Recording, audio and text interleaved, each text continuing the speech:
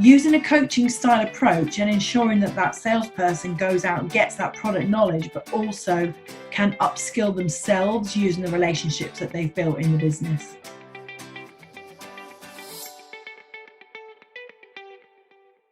Hello, Rachel. How are you doing today?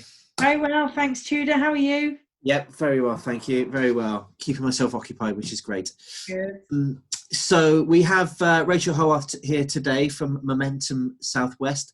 One of the challenges that we all face as businesses, and a lot of my clients are facing, and a big pain point is, we spend a lot of time interviewing our candidates and a lot of time resourcing for the candidates. And this isn't just recruiters, but businesses as well. And then we may take them through a psychometric test and second, third interview even. And they get the job and it's all happy days. Everyone's high-fiving each other. But one of the challenges that we're all discussing is the onboarding of these salespeople, and how do we get these guys up to speed effectively, and bringing revenue in. And as a recruiter, from my perspective, we don't want to be paying rebates back on our recruitment fees. But ultimately, we want our people to do really well in the business. So, Rachel, you've got a lot a lot of value to add on this, because we've had a good discussion on this a few times before. So, what's your thoughts on the whole onboarding process? Yeah, I've seen it many times where onboarding hasn't been seen as a priority, even though maybe that business or that sales leader has wanted to recruit for that vacancy for a long time. Once the job's accepted and it's day one for a shiny new salesperson in their job, time gets the better of us, and time gets in the way and stops us from effectively putting a quality induction in place. And often with sales roles, that person is a cost, probably for the first 2 or 3 months before they get up and running. So the quicker that a sales leader and a sales team can get that salesperson effective and knowledgeable about, the company, the products, the services, the processes, all the things that they need, not to mention meeting their customers, because that's obviously another big step in sales induction. The quicker that can happen, the better. The problem is that there's no silver bullets with this. There's no quick way. You have to go through the process of doing a good quality induction. And hopefully, you can utilize heads of department, you can utilize a buddy system, maybe HR, to help you with the sort of orienteering, here's where your desk is, here's where the toilets are, that sort of thing. You can get other people that have maybe been in the business a long time and are very aware of the culture to do some introductions and build some relationships. But essentially, salespeople have to be given really good product knowledge, product knowledge about the services, the products that they're selling, because sales skills are transferable. Once you know how to sell and how to sell well, and you're consultative and you follow a good sales process and good sales hygiene, and the premise behind CRM and all that sort of stuff, that's very transferable. But what isn't transferable is the product knowledge. So effective sales inductions must have a really good amount of product and service knowledge in there. And there must also be those leadership touch points, and I think good practice is at the end of every week, at the least, the sales manager spends half an hour, maybe an hour with that sales new person, asking them, what have you learned this week? Tell me about what you've learned. Can you repeat it to me? Because if they can't repeat it to you on a Friday afternoon, they're definitely not going to be able to repeat it to your customers in the way that you would want them to. So that gives you a chance to build a relationship with that new person. It gives you a chance to test what they've learned, but it also gives you that chance to ask them, what other outstanding questions do you have? What are your learning goals for next week? How are you going to go out to your colleagues, maybe to your buddy or to, somebody in another department? And how are you going to self-seek that? Because the main reason that inductions are tricky is that nobody's got any time. So the more that you can build buddy systems and self-seeking solutions into it, the better. So yeah, that was probably a very long-winded answer.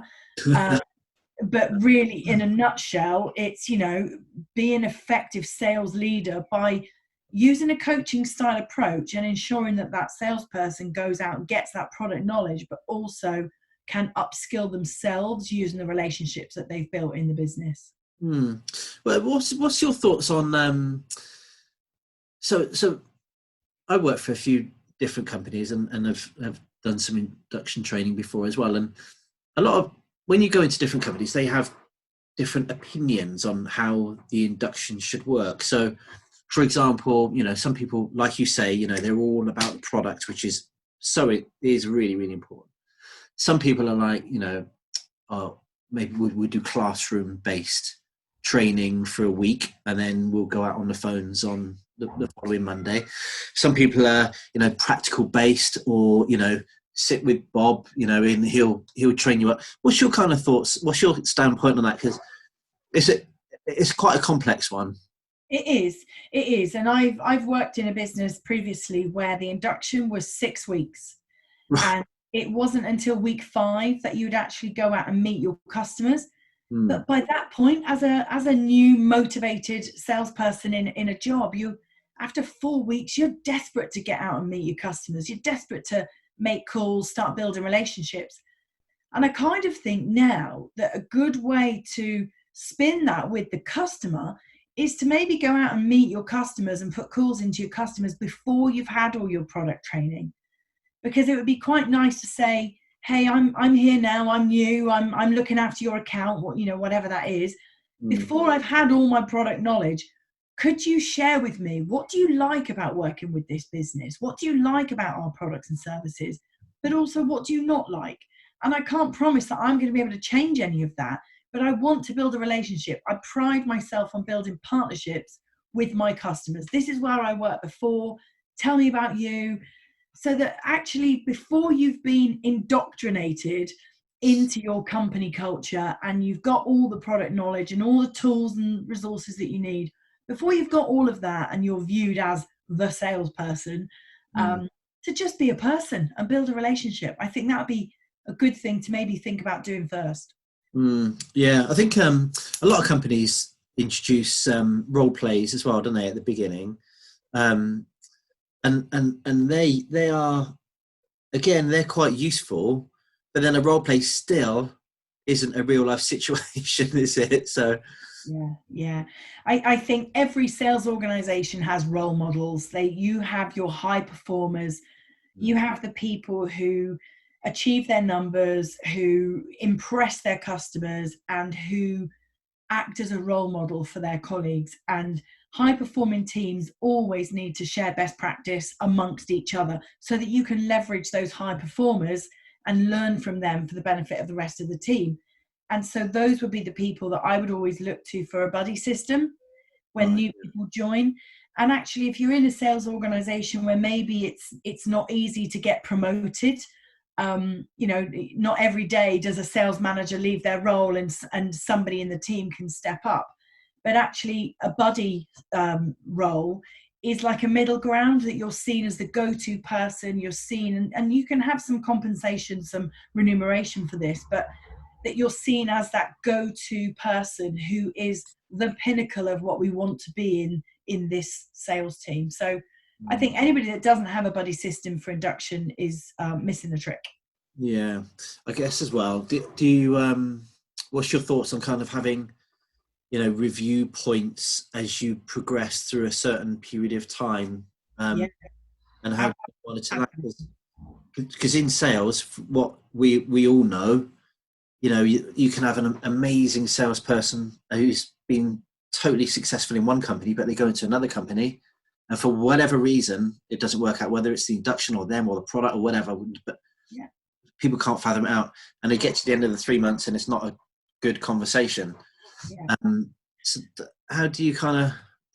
I totally agree. The induction, I always say the induction is there for 2 reasons: for the new starter to get to know the business and the business to get to know the new starter. It's a 2-way thing, rather than it being seen as, jumping through burning hoops to keep your job.